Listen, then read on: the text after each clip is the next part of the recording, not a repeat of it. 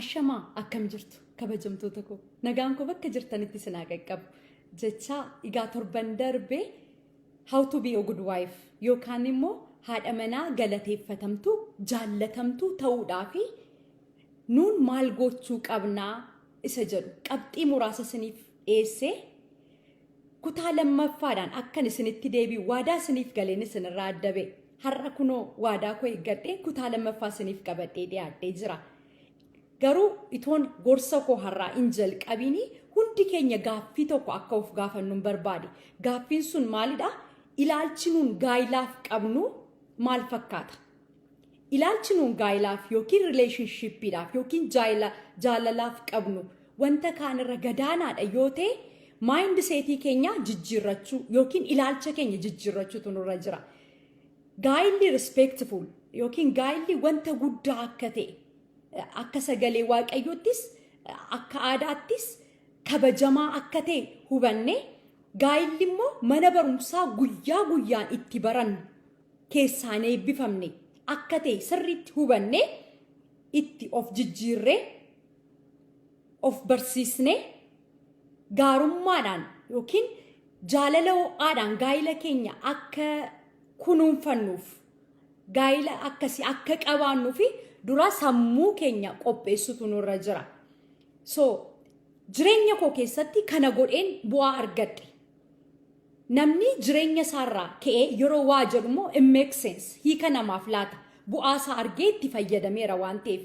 Gaa'ila jedhee yeroo yaadu gaa'ilan jiraachuu barbaadu yookiin immoo gaa'ilan qabachuu barbaadu dhiira tokkotti heerumee maqaa koo maal jedhee itoon taane romantic marriage isa jedhan.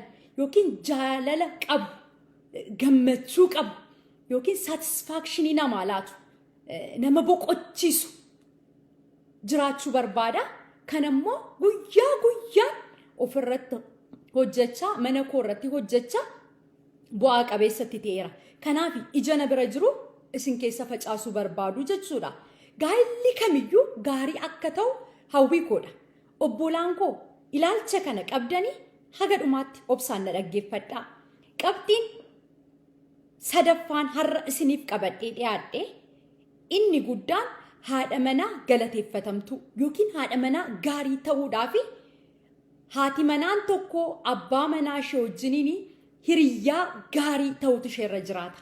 Hiriyyaa gaarii yeroo waliif taanu yookiin attachmentii yookiin sirriitti close yeroo waliif taanu rakkinoota easily solve gochuu dandeenya. Rakkinoota xixiqqoo, rakkinoota gurguddoollee akka carraa ta'ee gara gaa'ila keenya, gara jireenya keenya yeroo dhufu akka salphaatti hiikuu dandeenya. Sababiin isaas waliin mari'achuutti beekna, waliin haasa'uutti beekna, wal dubbisuu beekna waan ta'eef jechuudha. Ijoolleen shamarranii yookiin obbolaan koo shamarranii abbaa manaa keessanii wajjin yookiin paartinarii keessan yookiin immoo boyfriendii keessanii wajjiniin hiriyyaa gaarii yoo waliif taatanii bu'aa qabeessa taatu. Hiriyyaa gaarii yeroo waliif taatu mind isaa easily ready gochuu dandeessa. Fakkeenyaaf nyaata isaafiif dhiyeessite nyaati sun itti minyaa'uu baate itti toleera moo itti hin tolle inni afaanii baasee dubbachuu hin qabu. Ati ilaaltee easily baruu dandeessa. Yeroo wantoonni inni godhurraa yookiin akshinii isaarraa maal akka inni barbaadu hin hubattaan isa dubbisuu dandeessa. Keessa isaa galtee isa dubbisuu dandeessa. Inni immoo gaa'ila ofiif nama fayyada.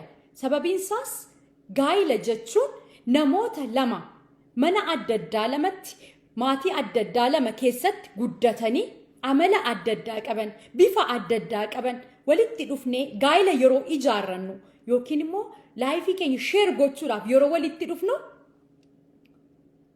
kalariin keenya adda addaa amalli keenya adda addaa amaloota dhiisuu qabnutu jira yookiin immoo amalootni abbaa manooliin keenya dhiisan jiraachuu mala sana gidduutti bu'aa bayii hedduu keessadha kan nuun dabarru. Gaa'illi kanaaf mana barumsaadha kan nuun jennu. Gaa'illi mana barumsaa keessaan eebbifamne yoomiyyuu guyyaa guyyaan itti barannu. Guyyaa guyyaan itti of jijjiirru, guyyaa guyyaan gaarii taanee argamnu yoo ilaalchi keenya gaarii ta'e, yoo gaarii taanee argamuudhaaf ofii keenya kutannoo yookiin of qopheessine. So jireenya keenya keessatti abbaa manaa ofiidhaaf best friend ta'uun hedduu barbaachisaa bu'a qabeessadha. Hiriyyaa gaarii, hiriyyaa waa hundumaa dhoksaa tokko malee waliin mari'attu, waliin diskas gootu, yeroo waliin odeessitu, yeroo kee waliin dabarsita, yeroo waliif laatta, wal dhaggeeffatta, ija keessa wal ilaalta, wal dubbista, jaalala dabala waan ta'eef obbolaan koo shamarranii abbaa manaa keessaniif hiriyyaa gaarii ta'an gorsa koodha. Qabxiin kun ni taanu abbaa manaa keessan encourage gochuu. Abbaa manooliin keenya nurraa jajjabeeffamuu barbaadu. Abbaan manaan kee abjuu qaba. Wanta godhuu barbaadutu jira. Wanta siin mari'ateetu jira. Jajjabeessi. Encourage isa godhi. Abbaa manaa koo kanamaa gochuu qabda. Ingoota. Leenca koo, jabaa koo jettee abbaa manaa kee jajachuu, jajjabeessuu kun isaaf nyaatadha. Baay'ee ijoollee dhiiraa isaan gammachiisa. Yeroo abbaa manaa keessan jajjabeessitanii riidii isaan godhaa baay'ee jaallatu. Jabina keedha kan isaan hubatan. Yeroo wanta tokko godhan illee hin sodaatan. Because ati bira akka jirtu, ati fuuldura isaanii akkati jirtu, ati duuba isaanii akkati jirtu, akkati isaan jajjabeessitu. In beeku waan ta'eef. Akkuma aadaattiyyuu kan dubartiin ergitee du'an sodaatu jedhu. Gaarummaatti yoo fudhanne abjuusa akka inni galma gahuu fi dubartiin gaheen ishee guddaadha.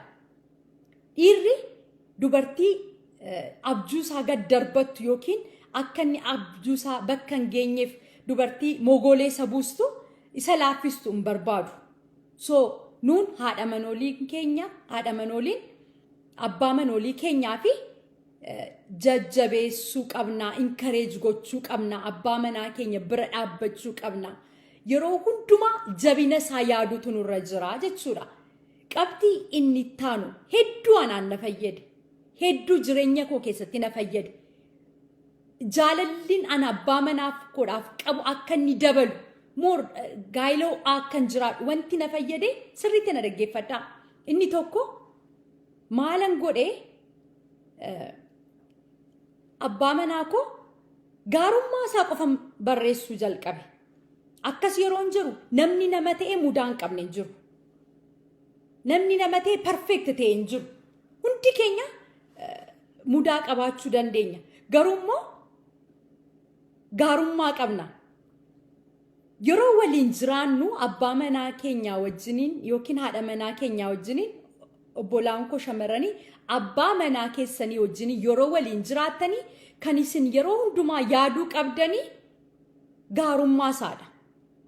Yeroo wanta hin taane wanta xixiqqoo yookiin gurguddaas ta'ee weak side isaa qofa yeroo yaaddanii jibba kan of keessatti facaasaa deemtan inni immoo gaa'ela ofii diiguu danda'a. Yookiin garan taanetti geessuu danda'a. Yookiin jaalala si keessa jiru akkati baastee dugugdee gattu si gochuu danda'a. Kanati gochuu qabdu obboleettii koo abbaan manaan koo mee gaarummaan inni godhu maalidha? Si yaada? Mana isaadhaa yaada? Yeroo alaa ol galu ijoollee isaadhaaf yaadee muuzii kiiloo tokko baatee gala? Mee waama xixiqqoo godhu yaadi? Wanta guddaaf miti. Waama xixiqqoo inni siif godhu, mana isaadhaaf godhu, gadi bahee hojii hin deemta yoo ta'e geesseettaa jedhee si bilbila. Afaan wanta baay'ee jechuu dandeenya. Gaarummaa abbaa manoolii keenya waa baay'ee barreessuu dandeenya. Kana assaayimentii ijoollee shamarranii hunda keessaniif hin kennuu barbaada. Qajeelummaadhaan na hubadhaa. Warra abbaa manaan haadhi manaasaadhaaf maal gochuu qaba? Mata duree gara biraa irratti wal gorfanna. Garuu nuun shamarran jalqaba abbaa manooliin keenya gaarummaa isaan godhan nan barreessaa. Achi taa'ee yaaduu jalqabee kennaan koo baay'ee nama gaariidha. I swear. Keessa kootti bakka inni hin jirretti keessa keetti jaalala dabala. Na amani kana godhi gaarummaa isa qofa yaadi. Nuun sammuun keenya tiraash baagii miti kaniin kosii isaatti sooru. jaankii isaatti sooru. Sammuu keenya gaarummaatti soori. Gaarummaa yeroo itti soortu jaalala mana kee keessatti dabala. By the way, gaa'illi immoo balbalatti seennu malee balbala keessaa baanuu hin qabnu. Namni profeshinii isaa tokkotti barumsa isaa yookiin hojii hojjetu yoo jibbee barumsa gara biraa baratee hojii isaa jijjiirrata. Yookiin fiildii gara biraa. Gaa'ila garuu akkas miti. Gaa'ila akka diigamuu fedha Waaqayyoos miti. Yaadadhaa shamarran hundumtuu yeroo abbaa manaa keenyatti heerumne an yeroon heerume jaalladhee wal jaallanne walii maraanneetu kan gaa'ilatti dhufne miti. Meesa guyyaa jalqabaa yaadadhaa. Isarraa kaasaati gaarummaan isiniif godhee karaa dheeraa waliin deemaa too jirtanii yookiin waliin jiraachaa too jirtanii gaarii isaa dhiisaa irraanfadhaa gataa darbadhaa gataa waan gaarii isaa qofa barreeffadhaa. Akkasittiin gaa'illi keenya lalisaa, akkasittiin abaaboon gaa'ila keenya ija godhataa, manni keenya nuuf ho'aa, gaa'ila nuun barbaannu jiraanna. Gaa'ila romaantik ta'e isa callisanii abbaa manaaf dhiirri tokkoof dubartiin tokko waliin galanii waliin ijoollee godhatanii waay maaliif? Yeroo tokko sammuu keenya qofaa miti. Har'a dhanni koo natti ulfaateera, har'a dhanni koo na jibbisiiseera, dhanni koo har'a maal ta'eera. Dhannumti keenya iyyuu gammaduu barbaada. Gaa'ila keenya maaliif akkuma sammuu keenya irra darbee akkuma sirriitti itti gammannutti qabbaneeffannutti injoo itti goonu maaliif hin goonu? Gahee keenya maaliif hin baanu? Gahee keenya yoo baane wanti nu gaabbisiis hin jiru. Namni immoo namadha. Namni dogoggoruu danda'a. Abbaa manooliin keenya illee wanta tokko yoo godhani yookiin abbaa manaan kee yoo dogoggore illee yoo haala hin taane keessa illee jiraate dubartii tokko na dhaggeeffattu. Namni namadha ciisiyaati gaarii yeroo itti gootuufi gaarummaa kee yaadee hin geeddarama guyyaa tokko ribaa kee dhiifama si gaafachuu danda'a. Guyyaa tokko ala oolee taa'ee maal jedhee dhiifama si gaafachuu danda'a. So jaalala kee guyyaa jalqabaa hin dagatiin. Isa guyyaa walitti dhuftee, isa guyyaa wal fuutee gaa'ila diiguudhaaf hin jarjariin obbolaa koo shamarranii. Ispeeshaalii kanan baay'ee gorsuu barbaadu sila jalqabeen dhaabe waggaa 3 arfan jalqaba chaalenjii baay'ee qaba gaa'illi kamiyyuu. Amma walitti dhuftee tokko taatutti amma amala kee sirreeffattee maal jettee jiramti waa hunda barattutti sana gidduutti obsa dhabdee yookiin obsuu dadhabdee wanta haalota garan taanetti geessite gaa'illi kee diigdee jennaani godaannisa guddaadha jireenya kee keessatti kan siif gatee darbu obboleettii koo. Haalli kamiyyuu gaa'ila ilaalchisee yookiin rileeshnshippii ilaalchisee gara jireenya keenyaa yeroo dhufu shamarraniif godaannisa guddaadha. Dhiiraaf garuu yaadannoodha. Obboleettii koo qajeelummaan na dhaggeeffadhu. Mi'aati har'a gaarii godhiiti bu'aa gaa'ila kee ilaali. Na amani gaa'ila kee hin jeeqin of hin jeeqin. Dura ofirraa jalqabi waan gaarii godhi. Abbaa manaa kee jajadhu. Abbaa manaa kee akka barbaadetti jajadhu. Galateeffadhuun wanta xixiqqoo sii godhuun galateeffadhu. Abbaa manaa koo. Ani yoon jajadhe yoo anaaf natti tole abbaa manaa kun mataa koo irratti baadhee maaltu nama gashi. Yeroo tokko aadaa ta'eetu iddoo pablikiitti iddoo maalitti abbaa manaa keenyaa wajjin yeroo kiloos taanu yeroo maal jennu haadha ijoollee miti nama guddaa miti nama guddaan jaalalaa nama guddaa ta'uun ulfinaa nama salphaa nama xiqqoo kan nama jechisiisu waan biraa yoo godhan abbaa manaa fi wajjin kiloos ta'anii yoo baatee wal galtee wal dhungattee wal hammattee baatee hiriyaa gaarii waliif taatee bakka tokko deemtee waliin teessee waliin mari'attee mata duree kamii wajjin iyyuu waliin murteessuu dandeessa yoo ta'e kana caalaa jireenyi maalidha? Namni bar hojjetee bakka hojii isaatti maal jedhee naannee manuma isaatti gala. kan nutti hafu godooma keenya kanadha. Gammachuusa dhugaa mana keenya keessatti arganna taanaan umurii keenya malee hin cabnu. Umurii keenya malee hin dulloomnu. Akka nurraa bareedetti akka lalisneetti jiraanna. Kanaaf ga'een keenya maalidha? Obbolaa koo shamarranii haadha manaa keessa abbaa manaa keessan galateeffadhaa. Wanta xixiqqoo godhuuf galatoomii abbaa manaa koo sin jaalladhaa. Dhungadduun yeroo inni gadi ba'u yeroo inni ol seenu gammachiisi. Maayindii isaa riid godhi maal barbaada itoonni sin gaafatiin hiriyyaa gaarii ta'e. Encourage isa godhi. Xaa'oo isaaf ta'e dafee akka inni guddatuuf dafee akka inni daraaruuf dafee akka inni wanta yaade galmaan gahatuuf siturraa cirata siturraa nyaata waan ta'eef mana keetitti bal'ata waan ta'eef abbaa manaa kee mogolee hin buusin. Wal galateeffachuun aadaa miti. Guyyaa Vaalaantaayinii qofa eegdee waggaatti safaranjiin uumte guyyaadhaan abbaa manaa sin jaalladhaa jedhin. Emotionally matured ta'e yeroo waa taasoftu hin jarjariin hammina haasa'uudhaaf abbaa manaa kee naagin godhin hin caqaccaqin. Obboleettii koo dhiirri ciqicciqin jaallatu dhiira miti nuun ciqicciqin jaallannu miti wanta ofirratti hin jaallanne moo isaan irratti gochuu dhiisu. Ishuun jiraachuu danda'a.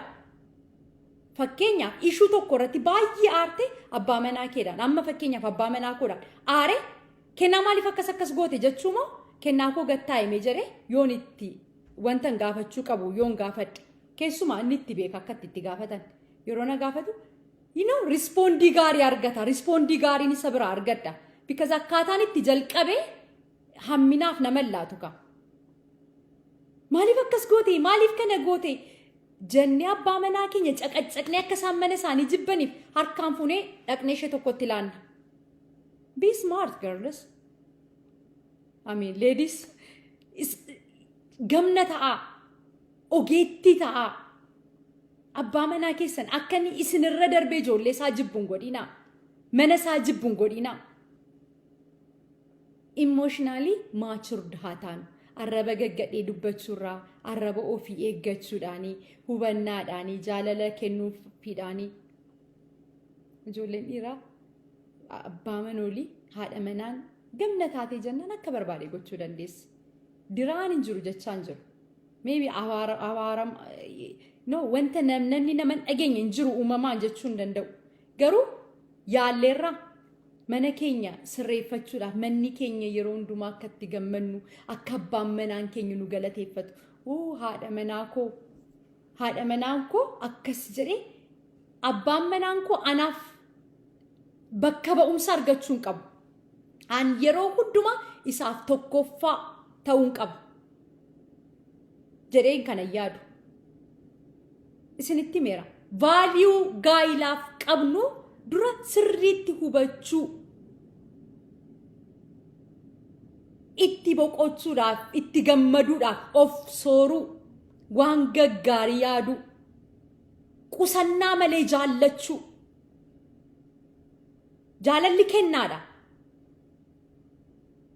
Jaalalli kennaadha. Abbaa manaa keenya qusannaa malee jaallachuutu nurra jira. Shawarri shamarranii abbaa manooliis akkasuma.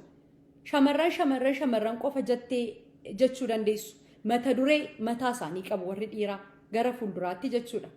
Duroof gorsana dur ofirraa jalqaba. Akkuma sila jedhee xurii nurra jiru qulqulleeffanneetu gadi baana malee xurii nurra jiruu fi mastaawotiin qulqulleessinu yookiin daawwitiin qulqulleessinu miirariin qulqulleessinu.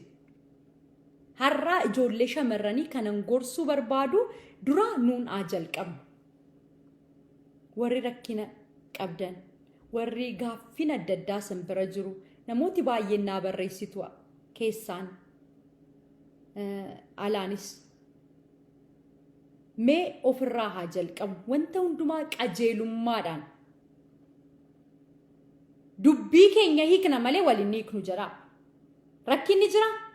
Rakkina sana hiikaa malee waliin hiikinaa. Wanti adda ta'e tokko alan jiru.